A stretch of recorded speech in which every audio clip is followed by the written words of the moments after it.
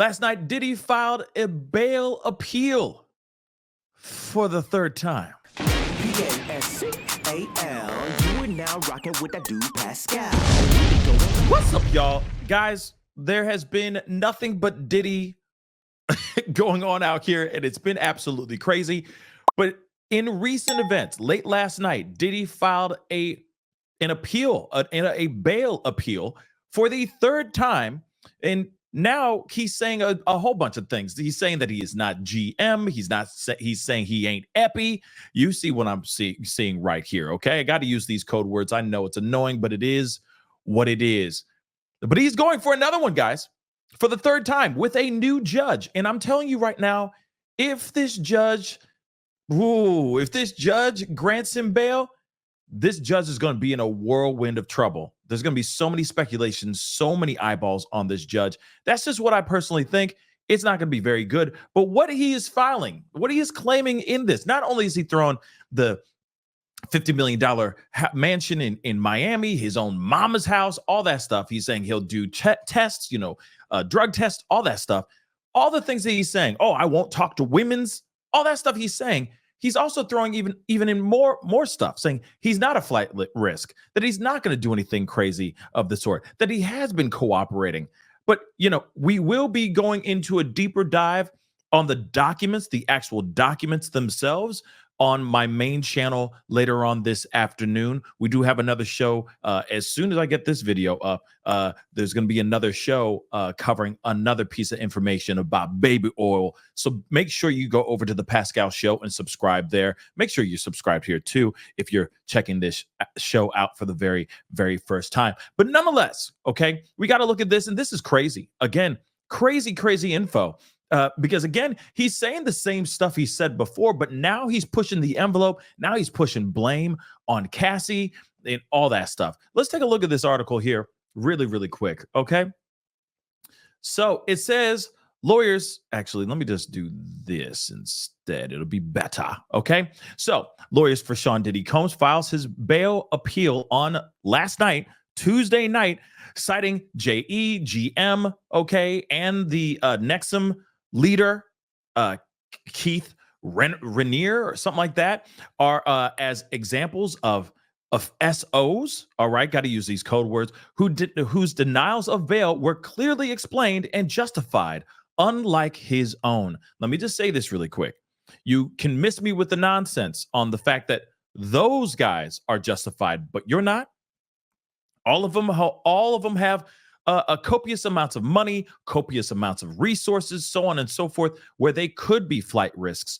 You can be one as well. And let's not forget the harassment, etc., the threatening of people's lives, these potential victims that want to step forward and expose you as a monster. The fact that you're trying to do everything in your power to make them stop with the lawsuits, stop with the claims, stop with the possible truth. All the more reason to keep you locked up, baby. That's just my personal opinion. Let's continue on, though. Combs has remained in jail, okay? He's in Brooklyn since the 16th of September when he was arrested, okay? Under these crazy federal ST charges, okay? His lawyers have argued since then that he should be allowed to serve home detention, right? Have like some sort of GPS anklet on his body, okay, on a $50 million bond while awaiting trial. I see, again, I don't understand why they think that he should get special treatment when this guy could be potentially very dangerous here, okay? Combs has also offered to comply with weekly testings of, the certain types of substances, to have no access to phones or the internet, and to restrict those who visit him to family and friends not involved in the case. Family and friends, family will most likely get involved in the case at some point, and I'm sure majority of his friends have some sort of involvement with his alleged crimes. So for him to sit there and say, I'll limit it down to family and friends, nah. And also, his family and friends aren't enablers as well. Won't sit there and go, yeah, you can use my phone if you really need to use the internet really quick. Here's my phone. You know what I'm saying? I'm just saying this is not good.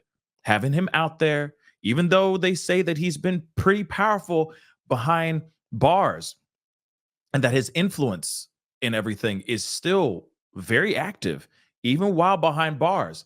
I think that this is a very bad idea to have him out, because then he can still get access to those people, call them, so on and so forth. It's bad. All right. So this 31-page motion for pretrial release was filed in the with the U.S. Court of Appeals, Second Court in Manhattan. And again, we're going to be going into a deep dive on that this afternoon for sure on the main channel. It argues that while judges gave a lengthy and detailed explanation for denying bail for the Epi, Maxwell, and Raniere, okay, as required under federal law, Section 3142, no such detailed explanation has been made for keeping Combs confined pre-trial.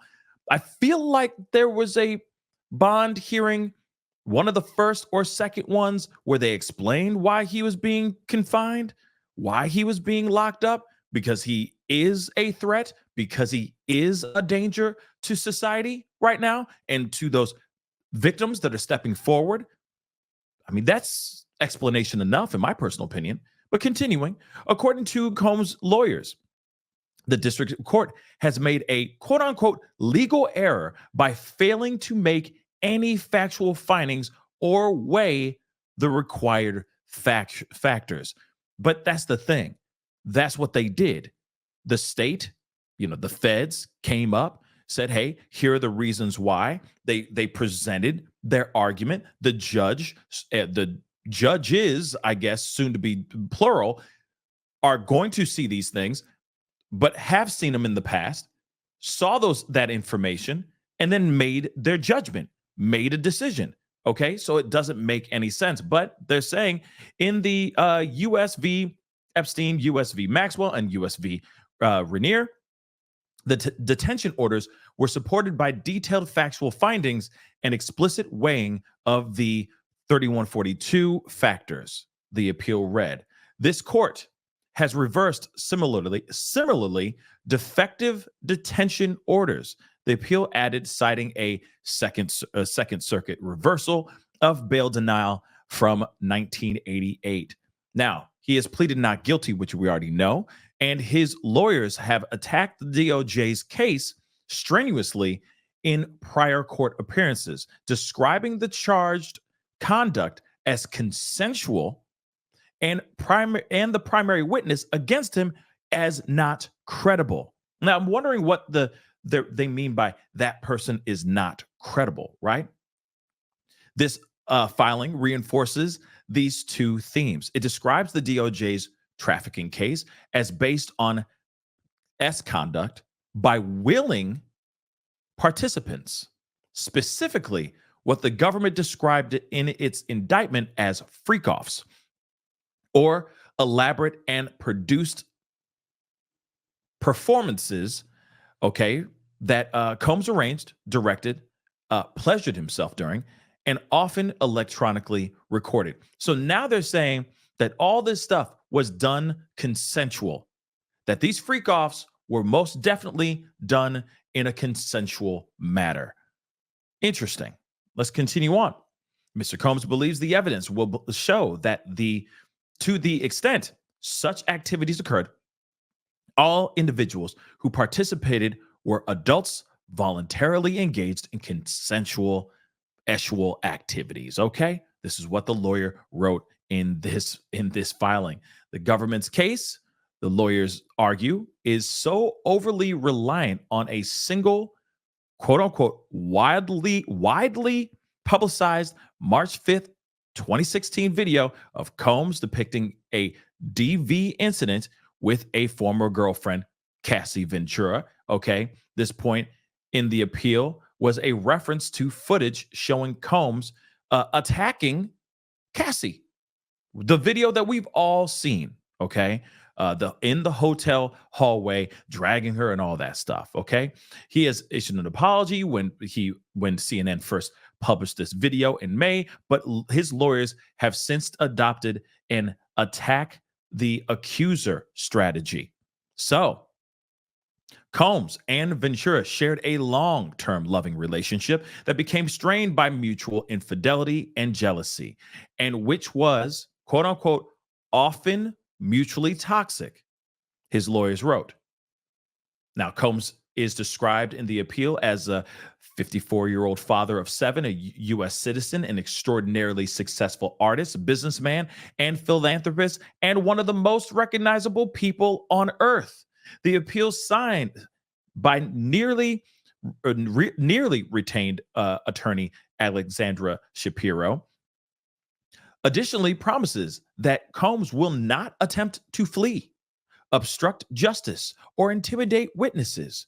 Three major concerns cited by prosecutors. He traveled to New York. This is what they said too in the paperwork as well. He traveled to New York to surrender because he knew he was going to be indicted.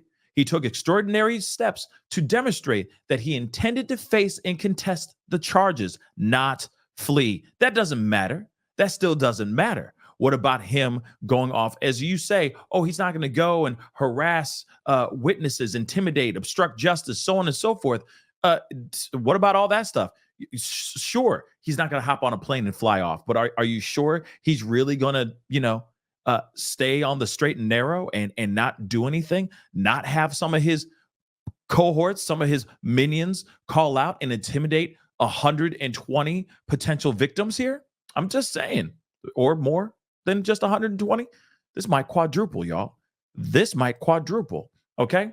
Those steps, per Combs' lawyers, included relocating from Miami to New York from Miami to a New York hotel so he could be on hand to surrender, putting his private airplane up for sale, paying off the $18 million debt on his $48 million home in Miami in August so it could provide unencumbered security for any future bail package.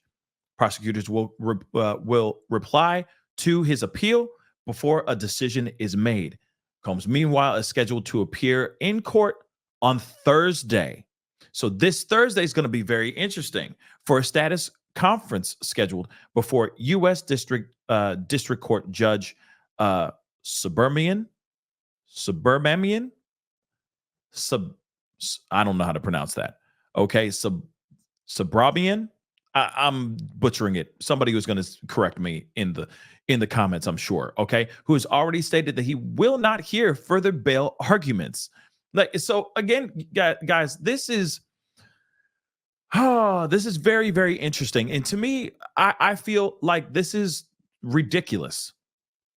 I think it's absolutely ridiculous to try to get bail. I think it's reckless. I think it's a waste of time. The judge should definitely sit there and say, no, like there are too many people's lives at risk.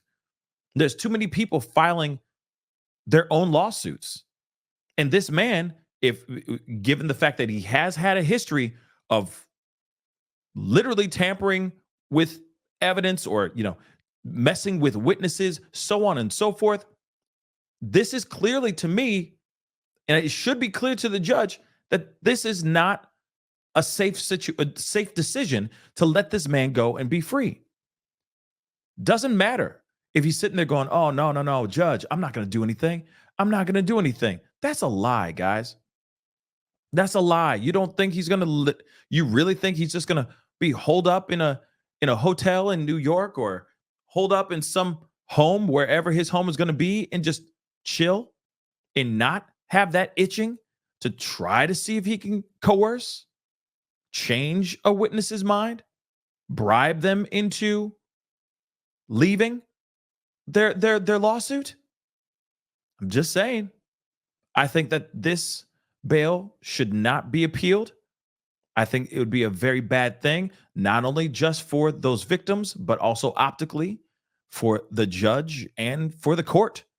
That's just what I truly think. But what do you guys think? What say you? Comment down below. Let me know where your thoughts are. We will be deep diving into this afternoon, the actual paperwork, the actual documents. We will be looking at it and hearing all the BS that they're putting out there. He is definitely a flight risk. I don't care what they say. he could definitely jump on a plane, any plane, and fly and start doing sun salutations with Russell Simmons. Real talk. He could literally do that if he had a choice. So I'm interested to see what happens here. But he's claiming all that stuff that was going on, all that hibbity-dibbity on those freak-off tapes, he's saying all of it was consensual. Interesting. What say you guys? Comment down below. Let me know what your thoughts are. Hit that like button down below. Don't forget to crush that subscribe button. If you're watching on YouTube, if you're watching on other platforms, make sure you hit that follow button. It'd be great to have you a part of the Pascal Show family. Anyway, guys, it's time to get going. Be good to yourselves. Be good to one another. We'll talk soon. This is the Pascal Show. Bye. Pascal. You are now rocking with that dude Pascal. We be going wild.